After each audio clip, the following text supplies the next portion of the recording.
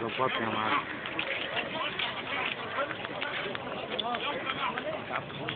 لو السويس وصلت مصر يوسف. نعم.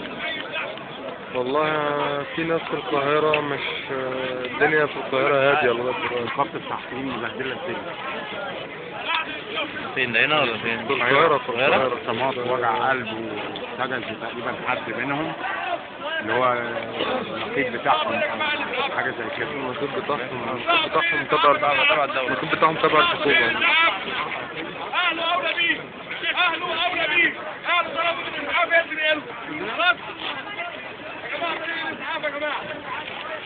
الاسعاف خلاص يعني حاولت اهله عايزين يروحوا فين الاسعاف؟ خلاص خلاص خلاص يا جماعه، الاثنين يا جماعه الاسعاف عايزين ينزلوا، عايزين بكل هدوء يا جماعه بتاع الاسعاف. خلاص شغالين الساعه شغالين الساعه اهله عايزين كده، اهله عايزين كده، بلاش نرجع بقى نوصل مدينه الاسعاف.